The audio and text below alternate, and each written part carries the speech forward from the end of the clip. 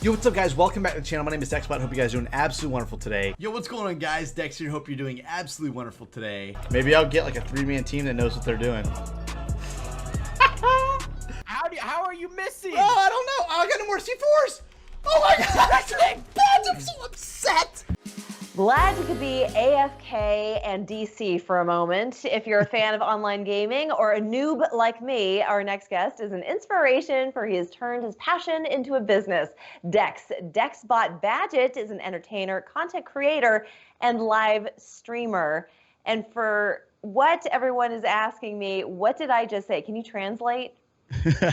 So basically what I do is I create content online for viewers to consume around gaming. So I have my gaming brand DEXBOT. It's a play off of my name and what I do, Dex being the first part of it, the second part being robot.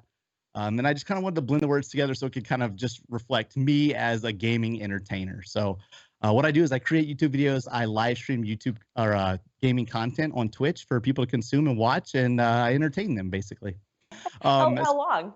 Online gaming I've been doing roughly since 2001, whenever I was in high school. So I don't want to give away my age too much, but I've been doing the internet gaming thing for a while now. I've been gaming as a whole since I was young, since I was a child. So definitely a seasoned veteran in the gaming scene. It's unbelievable how this industry has grown. You know, I come from the olden days when I played with my ColecoVision, which before this all got started, you didn't even know what a ColecoVision was. ColecoVision, that was my entree into video games when I was growing up. But online gaming has just completely taken on a whole life of its own. Tell us a little bit more about online gaming, the theory behind it, and how it works. It really has. I feel like it's really become a lot more mainstream than what it used to be. Even I'll say whenever I was in high school, you know, I didn't talk about being an online gamer a lot of times because I was also an athlete. I played baseball. I did different things. And, you know, I never wanted to be declared like a nerd per se, you know, and now I feel like it's so much more common for teens and adults and people to dive into online gaming. It's a way to connect with friends remotely from, you know, the comfort of your home per se. You know, you can play games you can enjoy, you can connect, you can play with friends, and even with what I do, I can play and have people watch me and interact with me while I am doing it live. They can type to me, they can chat with me, and connect. It's become one of, I believe, the largest form of entertainment now. I believe it earns more revenue than the music and movie industry combined at this point. That's amazing. That's amazing. I've got so many questions for you. What is a healthy relationship with video games? What would you consider to be a healthy relationship with video games? I believe all of it comes with like balance, I guess, would probably be the best word I have to use. And, you know, you're talking about a healthy relationship. For me, I'm married. I have a daughter. You know, I am an adult gamer in this sense of things. So I have priorities that I have to take care of, you know, life.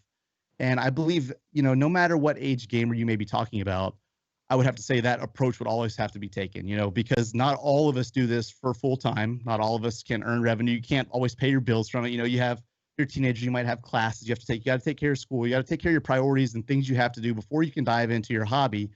I still think doing gaming in a whole is good because it keeps you thinking up here. You know, I don't just sit down in my free time and watch TV a lot and stuff.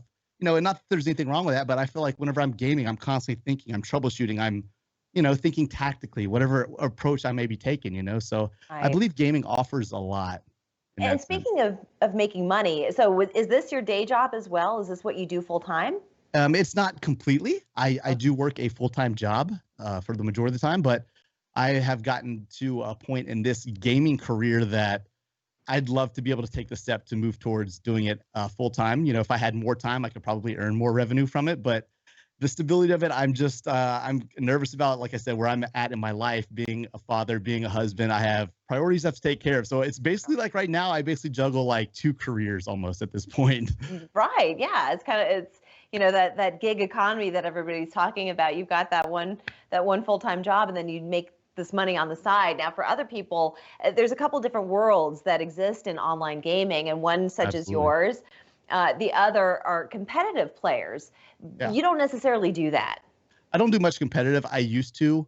whenever I was a little younger, and I used to have more time to dedicate to it. Some of these younger players can play for a lot more hours in the day than I can. They can be a lot better. They can maybe think faster. I don't know. Maybe I'm Are they slowing down a usually little bit as I single, get Dex? older. Are What they was that? usually single?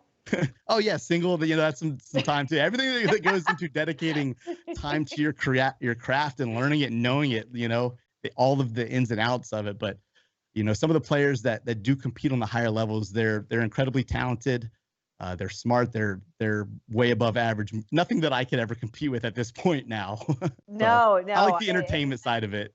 That is true. That is true. Okay, I need to take a break here, but when we come back, I want to know how much money you've invested in video games, because I know a lot of people spend a lot of money on the gear and everything yeah. else. So I would be fascinated to know what the investment has been on your end, and also what's coming down the pike for those online gamers excited to see the next best thing. So don't go anywhere. We'll be right back. Welcome back. We've been chatting with DEXBOT Badgett. He's an online gaming entertainer, content creator, and live streamer. First, I want to know, what was the very first game you ever played? I believe it would probably have to be one of the Super Mario Brothers on like Nintendo, probably the original Nintendo. Whenever I was roughly about 4 or 5, I would have to say. So, And was that the end? Was that just you knew that you wanted to keep doing this? You wanted to keep playing video games? You know, I've always played a variety of games since then. From there, I went more into sports and stuff, you know, as I got older. But I'd say I really got into it whenever I got introduced into online gaming with a game called Half-Life and Counter-Strike, which is a PC game that I played in high school, and just being able to connect and be able to play with other friends and people all over the world was really eye-opening. You know, you got to meet people from all over the world and different backgrounds and come together to, you know, play and try to achieve missions or win games or whatever it was we were. So I believe the real eye-opening makes it a bit more stimulating. Do you learn? Do you have interactions outside of the game or before the game gets started? Do you get to know the people who you are playing with? Yeah, absolutely. So, and I believe a lot of that now has come down to, you know, using social media. You know, I use Twitter a lot to connect with people that I play with and stay in contact with, even when we're not, you know, at our setups on the game. You know, so sometimes you get to see what people may tweet about or what they have going on in their lives, and you get to know them as a person, not just a gamer. You know, and sometimes that's cool, and sometimes that's like, oh, you know, that surprised me too. So I've even heard of people finding girlfriends and boyfriends while doing this. Yeah, it's possible. And the cool thing with that is that, you know, yeah, it may not be someone that you meet in a day-to-day face-to-face interaction, but, you know, some people, you know, I have players that I've played with for almost a decade at this point that I've known online. You know, we've connected and we've played on different platforms and we've gotten to know each other and we've stayed in contact with. Some of them we've even met in person now. So I wouldn't doubt it that you could find a significant other, possibly a spouse, doing that. I mean, you have a similar interest, you know? Right, So exactly. So that's kind of the foundation for any relationship, is that you have to have something in common, something that you both enjoy doing. Let's talk about investment. So is it the same thing as going out buying a game to play at your home console versus online gaming? How is it similar, dissimilar?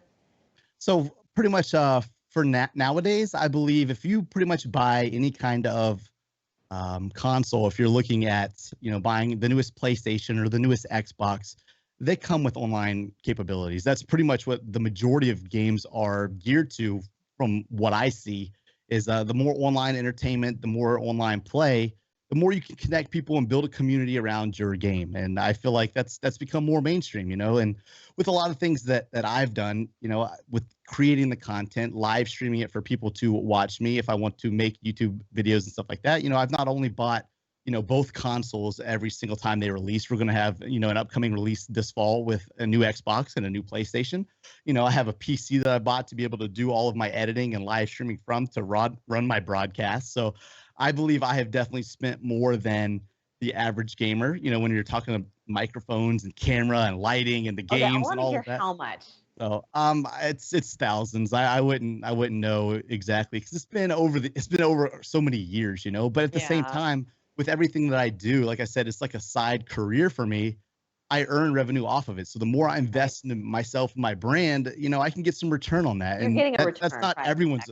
That's not the casual gamer's approach, but from the content creating and the live streaming side of it, you know, I kind of have a more, I don't know, more tactical approach to what I'm buying and what I'm investing in.